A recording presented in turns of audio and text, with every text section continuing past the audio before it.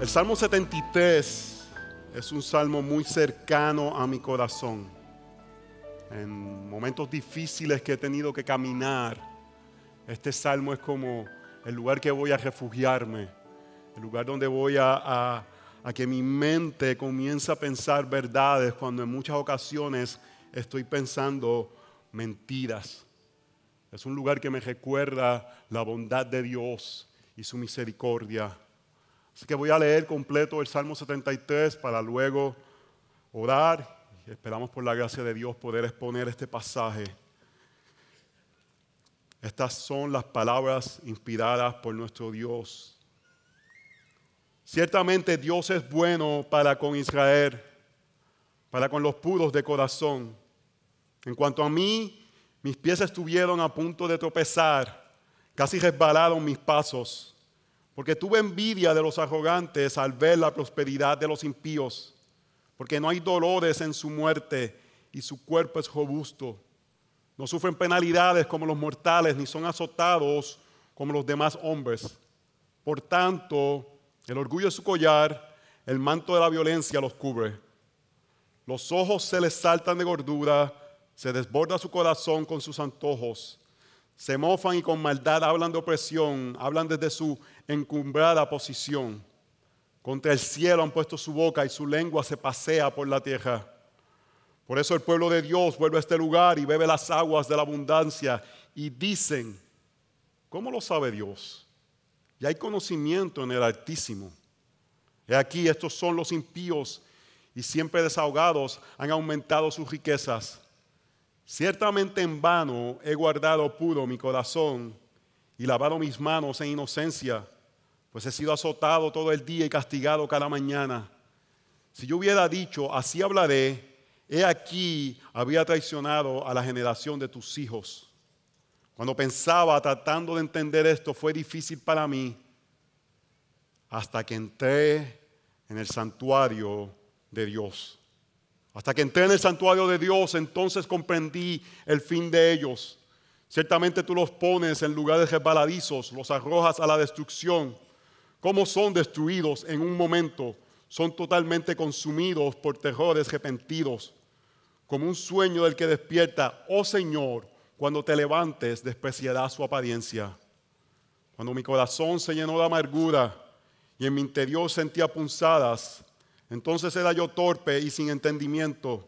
Era como una bestia delante de ti. Sin embargo, yo siempre estoy contigo. Tú me has tomado de la mano derecha. Con tu consejo me guiarás y después me recibirás en gloria. ¿A quién tengo yo en los cielos sino a ti? Y fuera de ti nada deseo en la tierra. Mi carne y mi corazón pueden desfallecer, pero Dios es la fortaleza de mi corazón y mi porción para siempre. Porque aquí los que están lejos de ti perecerán. Tú has destruido a todos los que te son infieles. Mas para mí, estar cerca de Dios es mi bien. En Dios el Señor he puesto mi refugio para contar todas sus obras. Esta es la palabra de nuestro Dios. Señor, venimos ante ti confiados de tu bondad, confiado de tu promesa que tú has de estar en medio de tu pueblo cuando tu pueblo se reúne a escuchar tu palabra. Y oramos que tú muestres tu bondad al abrir nuestros corazones a recibir la palabra predicada, que tú facilites al predicador, pero también que la congregación y el predicador, sus corazones estén abiertos y tu Espíritu Santo se derrame para que no seas meramente la transferencia de información, sino que esto sea un momento donde podamos responder en adoración a ti, al responder a tu palabra. Queremos ver a Cristo. Por tu misericordia, muéstranos a Cristo para ser transformados por tu gloria. Esta es nuestra oración. En el nombre de Jesús. Amén y amén. Como buen caribeño, yo crecí viendo carteleras de boxeo. Mi papá desde la edad de 4 años me llevaba a ver diferentes carteleras de boxeo y era un momento de compartir con mi papá mientras personas se destruían el uno con el otro. Y cuando tú vas aprendiendo un poco sobre el boxeo, mi papá boxeaba también, uno aprende que el golpe más contundente, el golpe que más destroza a una persona, no es quizás el golpe más fuerte. Un boxeador está entrenado para recibir un golpe. El golpe más contundente es el golpe que la persona no ve venir. Es el golpe que viene en un ángulo que la persona no lo espera. Ya yo no sigo el boxeo, pero en estas semanas hubo en las noticias un boxeador mexicano de los pesos completos, pesos pesados, que tenía una apariencia que no parecía que había hecho ejercicio hace años, contra un boxeador inglés que estaba, en Puerto Rico decimos prensado, estaba súper fuerte. Y el boxeador mexicano, que no pareciera atlético, lo sorprendió con un golpe. En Puerto Rico diríamos que le dio encima del chicho de la oreja, le dio por aquí encima y le dio un golpe que lo aturdió y ganó el campeonato pesado del mundo. Muchas veces el sufrimiento llega a nuestras vidas como ese golpe que no vemos venir. Viene de diferentes formas y no lo esperamos. Y cuando lo recibimos, ese golpe nos aturde, nos confunde. Nuestra mente no piensa claramente. Estamos como que en una nube con nuestros pensamientos confundidos porque hemos sido golpeados por algo que no esperábamos. Quizás ese golpe ha llegado a tu vida por medio de un diagnóstico de una enfermedad que no esperabas. Quizás ese golpe ha llegado por medio de una rebelión de tu hijo adolescente que no se veía venir. Quizás alguien está pecando en tu contra de una forma injusta. Quizás son dificultades con relaciones, con familiares. Quizás son problemas con hermanos de la iglesia. O quizás es la avalancha del mundo y la ideología del género que no sabemos cómo responder. Y ese golpe viene y nos sacude y no pensamos claramente. Tu mente es consumida por la realidad de que estás sufriendo. Ese sufrimiento es verdad. Pero en ese momento que estamos aturdidos, estamos en esta nube, estamos abrumados, lo que sucede es que olvidamos las verdades de quién es Dios y lo que Él ha prometido para con nosotros. Y en muchas ocasiones, como vamos a ver en este salmo, hasta cuestionamos la bondad y la cercanía de Dios. Hermanos, un buen teólogo, D.A. Carson, ha dicho, todos vamos a sufrir. Todos vamos a sufrir. Vivimos en un mundo caído. La pregunta no es si vamos a sufrir, la pregunta es ¿cuándo vamos a sufrir? La realidad es que necesitamos salmos como el Salmo 73 para que cuando ese golpe venga, en lugar de aturdirnos, nos va a afectar, pero podamos ir a la palabra de Dios y que la palabra de Dios nos provea la verdad que necesitamos en ese momento. Porque muchas veces cuando eso sucede, vamos a ver en el Salmo 73, nos preguntamos ¿por qué el impío prospera y el justo sufre? Y el Salmo 73 nos va a ayudar a que en medio del sufrimiento, hermanos, en medio del día más oscuro de tu vida, la verdad que debemos creer es que Dios es bueno. Dios es bueno. En medio de tu momento más difícil, en medio de tu momento más oscuro, la palabra de Dios por medio de este salmo quiere decirnos que Dios es bueno, que no dudemos de su bondad, que Dios se ha revelado por medio de su palabra y nos dice que Él es bueno para con su pueblo. Así que hermanos, en la presencia de Dios experimentamos la bondad de Dios. Cuando estamos en la presencia de Dios, experimentamos la bondad de Dios. Vamos a ver 3 puntos. El primer punto es la bondad de Dios. Verso 1. Ciertamente Dios es bueno para con Israel, para con los de puro corazón. Este salmo comienza como un gran cartel de luces, como si estuviésemos en el área de Times Square en los Estados Unidos. ¿Saben lo que estoy hablando, verdad? Que están todas estas luces brillando y diciendo diferentes mensajes. Este salmo comienza con este mensaje diciéndonos, Dios es bueno. El salmista quiere dejar algo claro antes de continuar. Él quiere dejar una verdad en nuestros corazones y en su corazón, que no dudemos de la bondad de Dios. Porque lo que va a suceder es que del verso 2 al verso 15, él va a comenzar a contar su experiencia. Él va a comenzar a decir, yo estaba sufriendo, mira al impío cómo prospera, ¿por qué yo estoy sufriendo? ¿Y sabes cuál es nuestra tentación? Decir, es verdad, tú tienes razón. Es verdad, a mí me ha pasado eso. Mira qué distante está Dios. Pero antes de él hacer eso, para que nuestra mente esté sintonizada correctamente, Él nos quiere recordar, recuerda esto, Dios es bueno. Su bondad es para siempre, hermanos. ¿Y por qué sabemos que Dios es bueno? Porque Él lo ha revelado en su palabra. Él nos ha dicho que Él es bueno. ¿Sabes cuál es el problema que tú y yo tenemos? Y vamos a verlo en el Salmo. Medimos muchas veces la bondad de Dios, no por lo que Él ha dicho de Él, sino por las circunstancias que vivimos. Medimos si Dios es bueno dependiendo de cómo nuestras vidas vayan.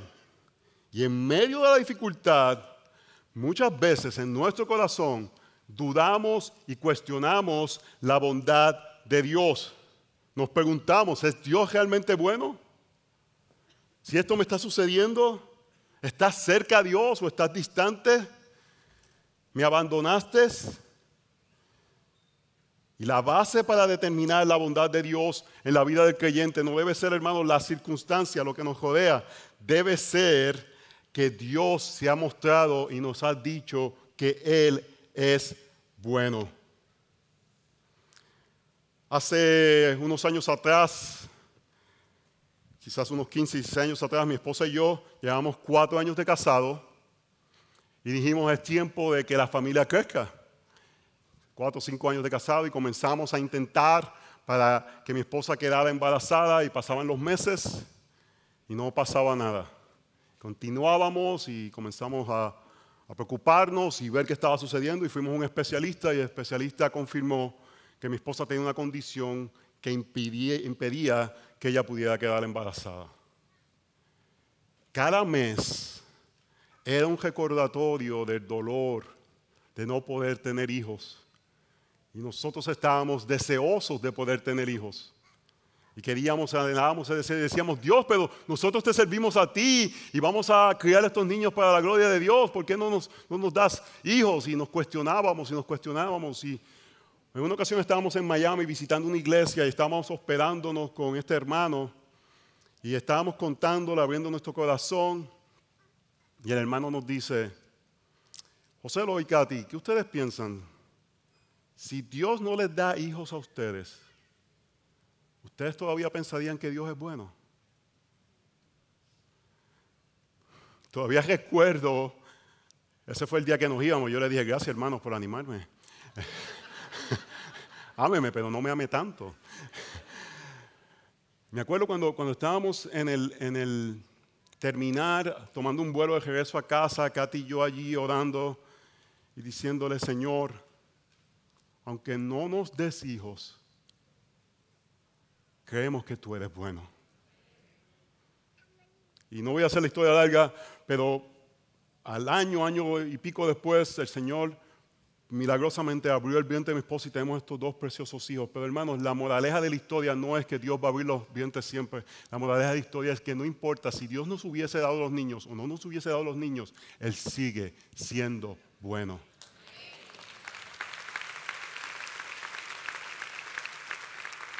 ¿Y usted sabe por qué yo sé que Él es bueno? Porque el texto dice, ciertamente Dios es bueno para con Israel, obviamente con Israel es el pueblo de Dios, esta es la iglesia, para con los de puro corazón. Y cuando yo leo eso, hermanos, yo sé que yo no soy puro de corazón. Si yo soy sincero conmigo, si la gente viera todos los pensamientos que pasan por mi mente, si todos supieran mi pasado, yo sé que yo no soy puro de corazón, pero la realidad es que Dios en su misericordia mandó a su Hijo, que es el puro de corazón, para que tomara mi lugar en la cruz y muriera la muerte que yo merecía morir, para que Él experimentara la distancia de Dios en la cruz al recibir la ira de Dios, para que yo en su misericordia pudiera estar en la cercanía de Dios, hermanos. Esa es la bondad de Dios, que me rescató de las tinieblas a la luz. Ciertamente, hermanos, Dios es bueno. Salvó a un pecador para su gracia. Así que Dios nos muestra, hermanos, que Él es bueno al mirar al inocente morir por el culpable. En la presencia de Dios experimentamos la bondad de Dios. Mi pregunta para ti es, ¿qué utilizas para medir la bondad de Dios? ¿Utilizas las circunstancias de tu vida? ¿O utilizas la verdad revelada en la palabra de Dios que nos dice que un Dios bueno entregó a su Hijo para que tú tengas vida eterna? O que en los momentos difíciles podamos decir ciertamente Dios es bueno para conmigo, porque yo no soy puro de corazón, pero el puro de corazón murió en mi lugar. En la presencia de Dios experimentamos la bondad de Dios. Segundo punto, hermanos, la ausencia de Dios. La ausencia de Dios. Y quiero rápidamente aclarar, porque hay varios teólogos aquí que vinieron de diferentes partes del mundo y van a decir, este José es un hereje. No, hermanos, la ausencia de Dios no quiere decir que Dios está ausente. Dios está siempre presente. Él es omnipresente. La ausencia de Dios es que en ocasiones nosotros pensamos que Él está ausente. Nosotros percibimos que Él está ausente. Nosotros nos creemos la mentira que Él está ausente. Y eso afecta la forma que interaccionamos con Él. Y cuando creemos que Él está ausente, en medio de dificultades, en medio de situaciones difíciles, nos creemos la mentira y sentimos pena de nosotros mismos. Eso se llama autocompasión. Autocompasión se ve en que se siente bien sentirse mal. ¿Usted no ha estado en esas situaciones donde está en una situación difícil y usted se siente bien de sentirse mal? Se vuelve en algo preciado el sentirse mal, el creer que Dios está ausente. Mira lo que sucede al salmista. Mira el problema del salmista. En medio de su autocompasión, él envidió al impío. Verso 2. En cuanto a mí, mis pies estuvieron a punto de tropezar, casi resbalaron mis pasos porque tuve envidia de los arrogantes al ver la prosperidad de los impíos, porque no hay dolores en su muerte y su cuerpo es robusto, no sufren penalidades como los mortales, ni son azotados como los demás hombres. Por tanto, el orgullo es su collar, el manto de la violencia los cubre, los ojos se les saltan de gordura, se desborda su corazón con sus antojos, se mofan y con maldad hablan de opresión, hablan desde su encumbrada posición, contra el cielo han puesto su boca y su lengua se pasea por la tierra. ¿Ves lo que él dice? En cuanto a mí, mis pies estuvieron a punto de tropezar. Él dice, yo casi me pierdo, yo casi me desvío, yo casi dejo a Dios. ¿Por qué? Porque en lugar de mirar a Dios, comencé a mirarme a mí y comencé a compararme con las demás personas. En lugar de mirar la bondad de Dios, que ya dije que es bueno, comencé a mirar y a decir, pobrecito de mí. En Puerto Rico decimos, ay bendito. Y decimos, ay bendito a nosotros mismos. Y nos tomamos pena, autocompasión. Y comenzamos a compararnos con las demás personas. Eso es lo que le pasó a él. Y él sentía, dice en el verso 3, porque tuve envidia de los arrogantes al ver la prosperidad de los impíos. Dice que ni son azotados, ni sufren penalidades como los mortales. Dicen que no hay dolores en su muerte. Él dice, ellos son los que se duermen en el sueño. Y nosotros somos los que tenemos que sufrir. Y esa autocompasión afectaba la visión y hacía que el salmista se sintiera agotado, se sintiera en contrario hacia Dios. Porque en la ausencia de Dios, cuando pensamos que Él está ausente, miramos al mundo y no lo miramos a Él.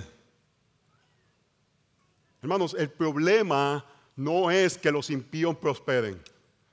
El problema no es que quizás ellos ganen favor político y avancen con sus leyes. El problema es que estamos midiendo la bondad de Dios por lo que experimentamos, por la circunstancia y no por lo que Él nos ha revelado. Le voy a decir algunas formas en que envidiamos al impío. Cuando mi esposa y yo estábamos tratando de tener hijos, no podíamos, todo el mundo tenía hijos. Los hijos salían así por todos lados. Todo el mundo, ay, no estábamos tratando, pero el Señor nos dio otro. Salían por todos lados los muchachos. Y eso nos afectaba, hermanos. Porque ellos sí, nosotros no. Quizás es un diagnóstico de salud. Y tú dices, ¿por qué yo sí y ellos no?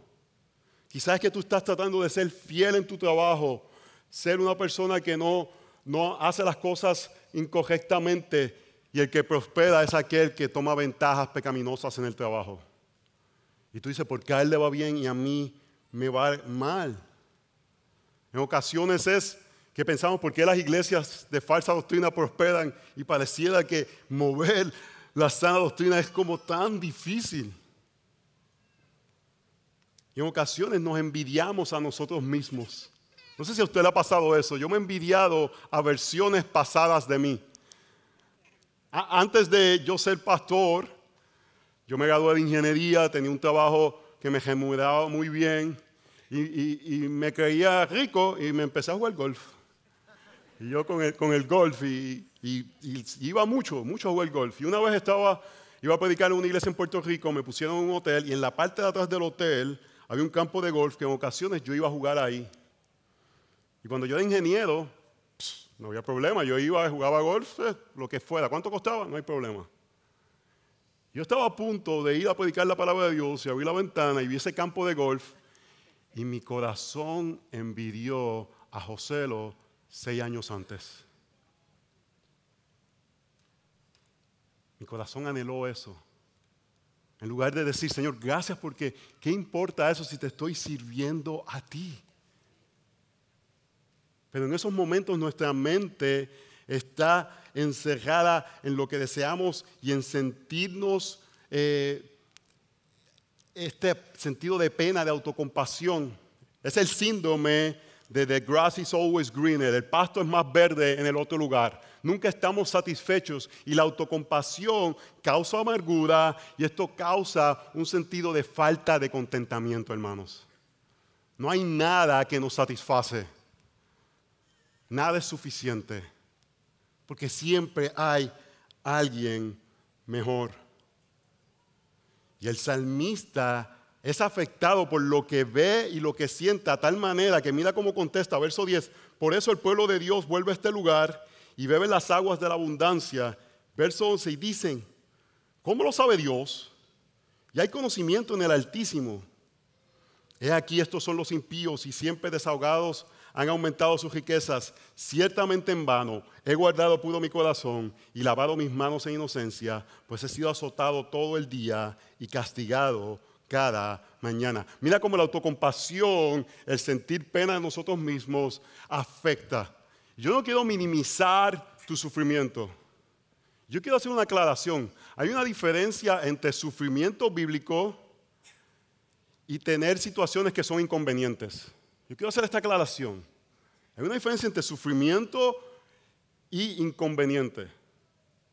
Porque ahora en las redes sociales una persona por la mañana se levantó, fue a un sitio a comprarse un café y la orden no se la pusieron como él quería y ponen en Facebook, mi día ha sido arruinado.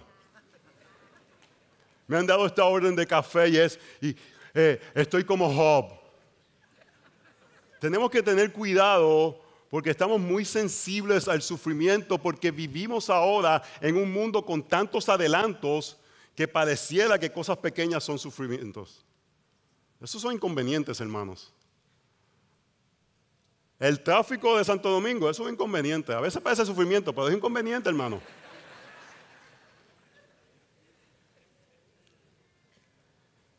Pero hay personas que realmente están sufriendo.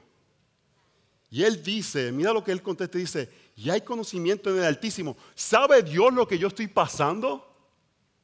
Él está dudando de la soberanía y la cercanía de Dios. Él dice, pareciera que Dios se ha olvidado de mí. Y el verso 13 muestra el corazón del salmista y muchas veces ese es nuestro corazón.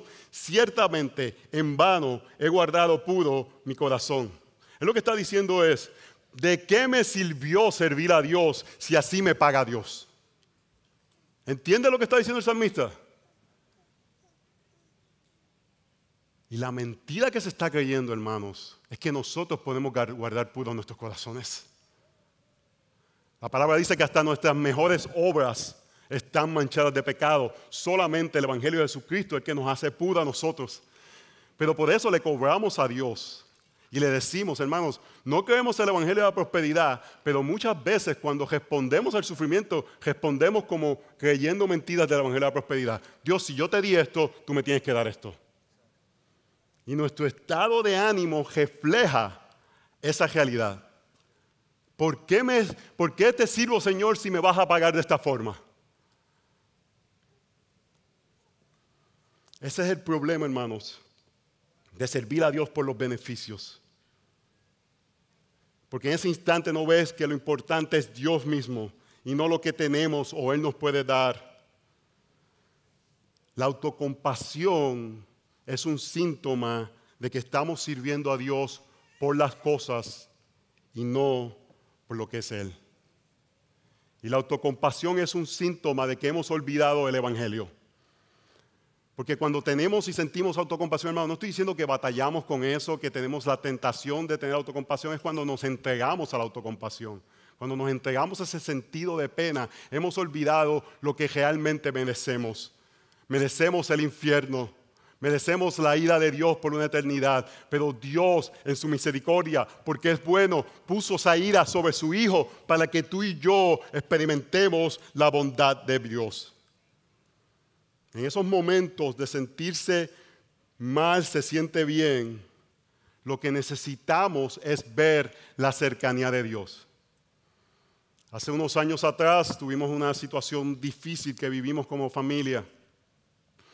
Y yo no soy una persona usualmente dada a la depresión o al desánimo. Ha sido usualmente en mi vida una persona con bastante así alegría y se le pueden preguntar a mi familia y usualmente soy así, contento y con mucha energía y cosas así, pero esa situación tuvo un efecto fuerte. Especialmente los lunes después de predicar. Hermanos, oren por sus pastores los lunes. Muchas veces los lunes pueden ser un día difícil para el alma de un pastor. Había un sofá en la casa y yo me tiraba allí como que, ay, pobrecito de mí. Ten piedad de mí.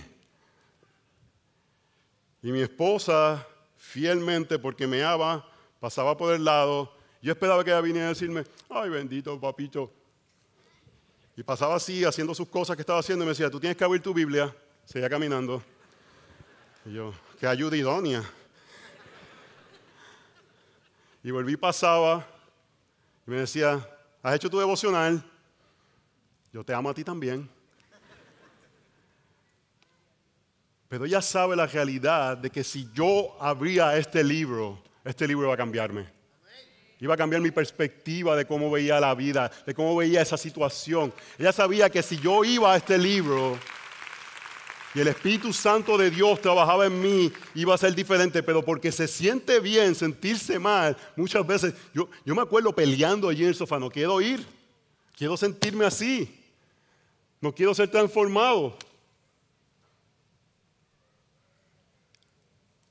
Y el verso 17 nos muestra eso, hermanos.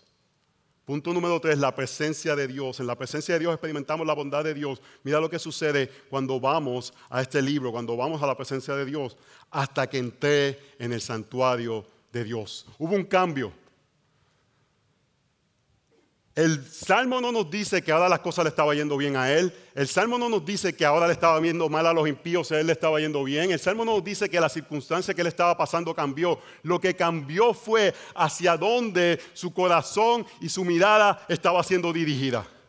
Antes estaba siendo dirigida hacia los impíos y hacia su persona. Ahora, porque fue a la presencia de Dios, su mirada fue cambiada y fue puesta en la santidad, la belleza, la majestuosidad y la bondad de nuestro Dios. Y cuando eso sucede, hermanos, tenemos que cambiar. Tenemos que ser diferentes, porque nadie puede ver a Dios y ser igual. Y él dice, entonces comprendí el fin de ellos. Vio la vida muy diferente. Hace 6 años atrás y 80 libras más, yo comencé a coger. Y comencé a coger. Fue como una crisis esta de mediana edad. No tenía el dinero para comprarme un convertible, así que me puse a coger. Comencé a correr y mi esposa me decía que me parecía Forrest Gump a veces. A veces cuando me veía así en esas situaciones, a veces me decía, abre la Biblia o vete a coger, pero haz algo. Comencé a coger y empecé a entrenar y entrené para un medio maratón. Y fue el primer medio maratón que iba a coger en el área de DC. Y eso estaba sucediendo justamente en este momento que la vida se había puesto muy complicada por diferentes razones que no vienen al caso. Me acuerdo que días antes de la carrera yo le digo a Katy, ¿sabes, Katy? Yo creo que estamos en el kilómetro 20. Un medio maratón son 21 kilómetros. Le dije, Katy, yo creo que estamos en el kilómetro 20. Vamos a terminar esta prueba. Y cuando voy a coger el medio maratón, estoy corriendo y en el kilómetro 20 hay como una división. Aquellos que se matricularon para el medio maratón van para la meta y aquellos que se matricularon para el maratón completo, todos comenzamos a la vez, le queda coger otro medio maratón. Y ustedes ven los que están llegando, y los otros están que te miran y te quieren tirar con algo. Porque a ellos les queda hacer exactamente lo que acaban de hacer. Y no fue que Dios me habló audiblemente, pero cuando yo crucé la meta, que fue un momento bien eufórico, la familia estaba allí, tenían signs. Yo sentí que Dios me dijo, todavía te falta otro medio maratón. Porque usted sabe lo que sucede muchas veces, ponemos nuestra confianza en que la prueba va a terminar. Y la pasamos a puro pulmón. Y decimos, esto se va a acabar, yo puedo aguantar un poco más. Pero no podemos poner nuestra confianza en eso porque no sabemos si Dios nos dice, no, te queda otro medio maratón o te queda un ultramaratón. Y al final, el texto no nos dice que la confianza es que la prueba va a terminar, hermanos, porque si esta pasó, ¿usted sabe lo que va a pasar? Va a venir otra. Nuestra confianza está hasta que entré en el santuario de Dios. Hasta, algo sucedió. ¿Qué cambió? ¿Qué fue diferente? ¿Se acabó la prueba? No, lo que es diferente es que Él fue a la presencia de Dios. Él llegó a donde Dios está. Dios, en medio de nuestras dificultades, no nos promete que nuestras dificultades van a terminar, pero usted sabe lo que nos promete, su cercanía. Y eso es suficiente, hermanos. Hasta que entré en el santuario de Dios. ¿Cómo se ve la cercanía de Dios en el año 2019 para el creyente de este tiempo?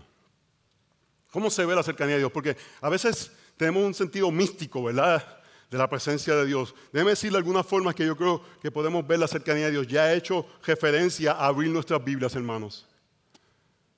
Este libro tiene la revelación de Dios. Sus palabras son las palabras de Dios mismo. Si venimos humildemente, dependientes del Espíritu, Dios va a hablar a nuestros corazones por medio de este libro.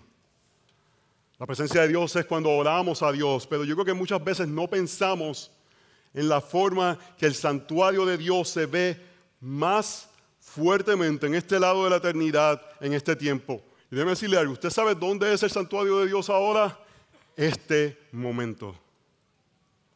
Dios dice que somos templo del Espíritu Santo y su presencia está, en Efesios 2 nos muestra claramente cuando todos los ladrillos están juntos y la palabra de Dios es proclamada.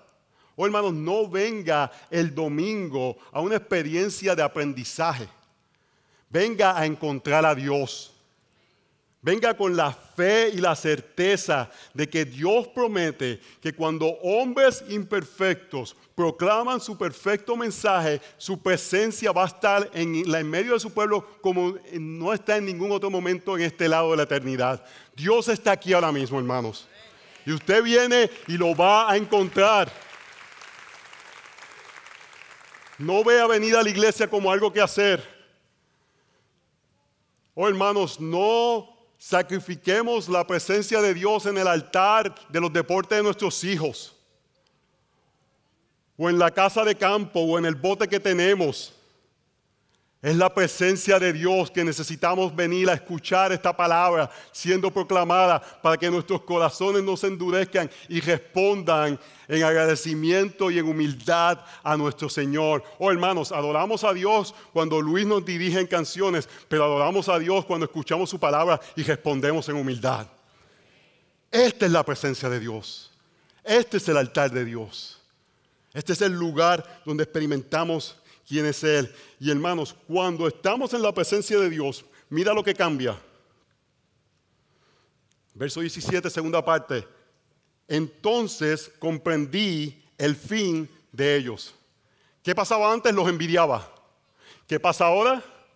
Sabe que el fin de ellos es diferente. No hay nada que envidiarle. Acaban de decir que acabo de cumplir 45 años. Sé que me veo más joven. Muchas gracias. Y yo no tengo el capital emocional, sea porque soy pastor o porque me estoy poniendo viejo, para invertir en películas que tienen tensión. No tengo el capital emocional. Y mis hijos querían ver la película de los Marvel Endgames. Estoy diciendo esto por Jairo también.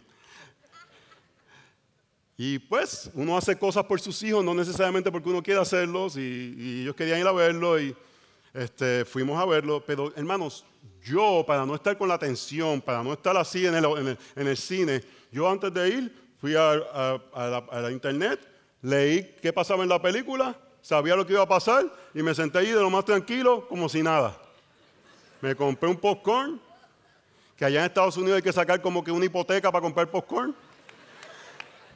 Y con un refresco y vi la película más tranquilo porque yo sabía lo que iba a pasar. Le quité, ¿verdad?, la tensión, le quité la expectativa. La presencia de Dios hizo eso con el salmista. Él entendió lo que iba a pasar, él entendió el fin. Él no estaba ya midiendo la bondad de Dios con lo que él estaba viviendo hoy. Él estaba midiendo la bondad de Dios con lo que va a pasar el día final. Con lo que va a pasar cuando estemos frente a Él. La presencia de Dios cambió la perspectiva del salmista. Mira, hay dos fines. Mira el fin del impío, verso 19. Cómo son destruidos en un momento. Son totalmente consumidos por terrores repentinos, como un sueño del que despierta, oh Señor. Cuando te levantes, despreciarás su apariencia. Hermanos, yo no puedo pensar en algo peor que pueda suceder de un ser humano que ser despreciado por Dios. Que Dios tenga misericordia de nosotros. No puedo pensar en algo peor. Cualquier situación que estamos viviendo, y yo sé que la iglesia y el corazón de los pastores es caminar esto contigo, ayudarte, no queremos minimizar eso, pero cualquier situación que estemos viviendo en nuestras vidas que sea difícil, no se compara con que el día del juicio final Dios nos desprecie. Realmente, hermanos, cuando entendemos nuestro fin, y es lo que el texto va a mostrar, entendemos que Dios en su misericordia ha resuelto nuestro mayor problema. Y es el problema de enfrentar la ira de un Dios santo y vivo. Y eso, cuando estamos frente a Dios, cambia la forma que vemos la vida. Oh, hermanos, no estoy diciendo que es fácil. No estoy diciendo que en ocasiones queremos estar ahí y no ir a la presencia de Dios. Pero aquellos que Dios ha salvado y rescatado por su sangre, cuando pueden ver lo que es Dios, su perspectiva cambia y glorifican a Dios en medio de la dificultad. Puede el gobierno arrasar y permanecemos firmes porque sabemos en quién hemos creído y en su bondad. Y en la presencia de Dios vemos el fin de ellos, pero vemos el fin nuestro y vemos dos cosas, lo que Dios hace y lo que Dios es. Verso 21, cuando mi corazón se llenó de amargura y en mi interior sentía punzadas. Entonces era yo torpe y sin entendimiento. Era como una bestia delante de ti. Sin embargo, hermanos, estas partes son tan hermosas. Él decía, yo era como un animal. Cuando estaba pensando de esa forma, cuando pensaba que Dios estaba lejos, cuando me estaba comparando con los impíos y sentía amargura en mi corazón, yo era como un animal. Eso es lo que dice el salmista. Mi mente no estaba pensando claramente. No estaba razonando de una forma bíblica. Así que él estaba haciendo todo eso, actuando como una bestia. ¿Cuál es su esperanza? Sin embargo. Oh, hermanos, ese sin embargo está lleno de la gracia de nuestro Dios. Actuamos como bestias, pero para aquellos que Dios ha lavado con su sangre, sin embargo, yo siempre estoy contigo. Tú me has tomado de la mano derecha, con tu consejo me guiarás y después me recibirás en gloria. Cuando actuamos como bestias, mira lo que Dios hace.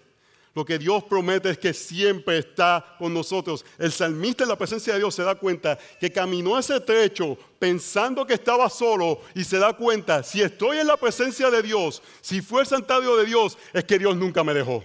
Es que Dios nunca me abandonó.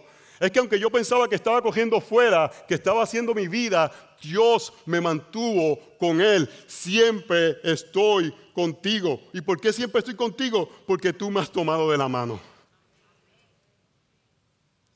Oh, hermanos, y es hermoso que Dios nos toma de la mano y hasta Él puede sentir que estaba cogiendo distante de Dios y Dios en su gentileza lo mantuvo. Ese es el amor del Señor, hermanos. Si tú eres de Él, Él no te va a dejar escapar. Con tu consejo me guiarás y después me recibirás en gloria, hermanos. Esta es la bondad de Dios en la providencia de salvarnos. Cuando vemos que nuestros corazones son rápidos para perderse, como decía, casi me pierdo. Cuando vemos que nuestro corazón rápidamente se entrega a la envidia del impío. Cuando entendemos lo fácil que nuestro corazón puede ser engañado y vemos la bondad de Dios de protegernos, de cuidarnos, de llevarnos hasta la gloria, que Él es el que nos va a llevar hasta el final, decimos, tú eres bueno, Señor. Tú eres bueno, en ti confía mi alma. Así que no solamente vemos lo que Él hace, hermanos, vemos lo que es Él. Es interesante, hermanos, si Dios y el Salmo hubiese terminado aquí, Dios sería extremadamente bueno, infinitamente bueno, porque nos lleva a la gloria. Eso sería suficiente. Pero tenemos que entender algo, hermanos. Dios no nos salva simplemente para librarnos del infierno y llevarnos al cielo. Dios nos salva para que lo experimentemos a Él. Él es el regalo. Él es el premio. Él es la meta. Y por eso el salmista dice en el verso 25, no solamente tú me recibirás en gloria. Ahora entiendo, verso 25, ¿a quién tengo yo en los cielos sino a ti? Y fuera de ti nada deseo en la tierra. Mi carne y mi corazón pueden desfallecer, pero Dios es la fortaleza de mi corazón y mi porción para siempre. Hace unos versos atrás, ¿qué él deseaba? La prosperidad del impío. Hace unos versos atrás, él deseaba la prosperidad del impío. Fue a la presencia de Dios, ve la gloria de Dios, ve la misericordia de Dios. Y él dice, a ti te deseo. Oh Señor, muéstranos tu gloria para que nuestro corazón sea abierto a ver tu belleza, tu majestuosidad, tu esplendor, tu santidad y que nuestros corazones te deseen a ti. Que en realidad, hermanos, en el momento de dificultad, Dios habla a nuestros ojos para ver cuán suficiente es Él para satisfacernos. Él dice que su carne puede desfallecer, que Él puede fallar, pero al final mi porción para siempre es Dios, hermanos. Esa palabra porción ahí es como una herencia. Él dice, Dios es mi porción para siempre.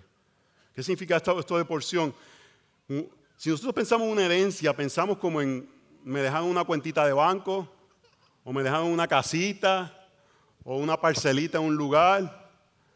Pero usted, eso no es algo que usted necesita para vivir, para sobrevivir. En el tiempo bíblico una porción era que si tu papá era pastor, para tu familia sobrevivir tenían que mover las ovejas. Y eso era de dependencia para la familia poder vivir.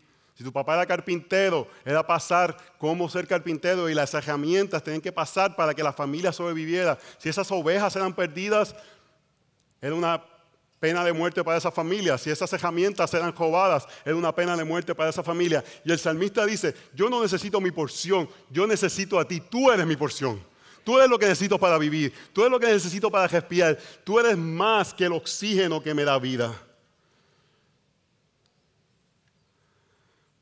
Hermanos, necesitamos que Dios sea aquello que nos satisface profundamente, que Él sea nuestra porción.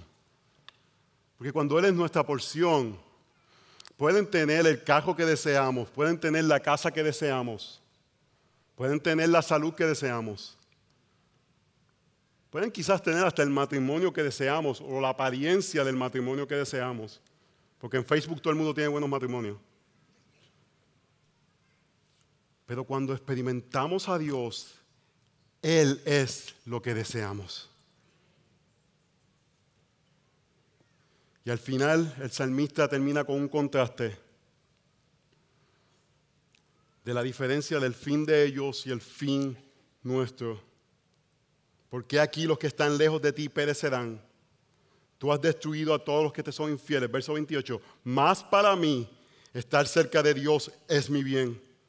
En Dios el Señor ha puesto mi refugio para contar todas tus obras. Ven el contraste, lejos contra cerca, muerte contra bondad, destrucción contra refugio. Él está diciendo, lo que yo necesito es estar cerca de Dios, porque cuando no estoy cerca de Dios, mi mente se nubla, pienso como el mundo, tomo los valores del mundo, anhelo las cosas del mundo. Lo que es bueno para ti y lo que es bueno para nosotros es la cercanía de nuestro Dios. Y yo no puedo terminar y hablar de la cercanía de Dios cuando el salmista dice, para mí estar cerca de Dios es mi bien, sin que recordemos el Evangelio, hermanos.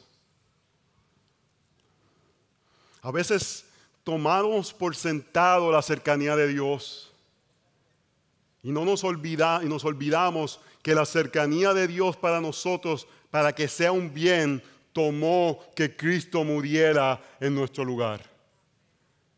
Porque la cercanía de Dios sin el sacrificio de Cristo sería juicio, sería muerte, sería destrucción. Cuando podemos acercarnos a Dios, siempre debe haber un corazón de agradecimiento, de gozo. ¿Por qué? Porque sabemos que Dios nos recibe porque otro recibió nuestro castigo. Así que acercarnos a Dios es un recordatorio constante de la bondad de Dios al dar a su Hijo a morir por nosotros. Quizás tú estás ahora mismo en el kilómetro 20, quizás estás en el kilómetro 41, quizás estás en un ultramaratón, o quizás acabas de recibir ese golpe y estás aturdido. No importa dónde estés en tu caminar de esta prueba, lo que tú necesitas, lo que yo necesito, es la presencia de nuestro Dios. Es la bondad de Él. Oh hermanos, si sabemos que es bueno, porque vemos a Jesús muriendo por nuestros pecados, colgado entre el cielo y la tierra, cuando tú y yo merecíamos estar ahí. Que la realidad del Evangelio inunde nuestros corazones con la realidad de la bondad de nuestro Señor, para que en medio de nuestros sufrimientos, en medio de nuestras dificultades, en medio de una sociedad cambiante, podamos vivir llenos de gozo, fe y fortaleza, sabiendo que nuestro Dios es bueno y está cerca de su pueblo y sabemos cuál es nuestro fin. Será su gloria.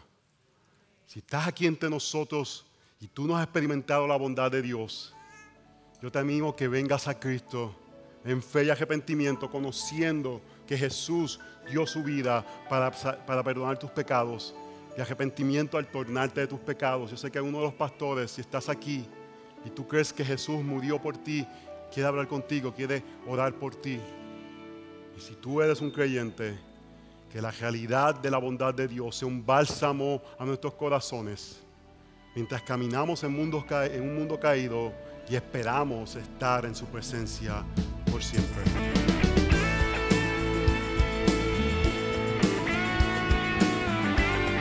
Esta es una producción que llega hasta ustedes gracias a los aportes de individuos y empresas comprometidos con la defensa de la fe. Para más información, preguntas y comentarios, visite nuestra página de internet www.integridadysabiduría.org. En esta página encontrará información sobre la producción de este y otros recursos que ponemos a su disposición, como también las formas en las que usted puede contribuir con la producción de programas como estos. Les invitamos nuevamente a visitar nuestra página de internet www.integridadysabiduría.org. Será hasta la próxima, cuando nos reencontremos en su palabra.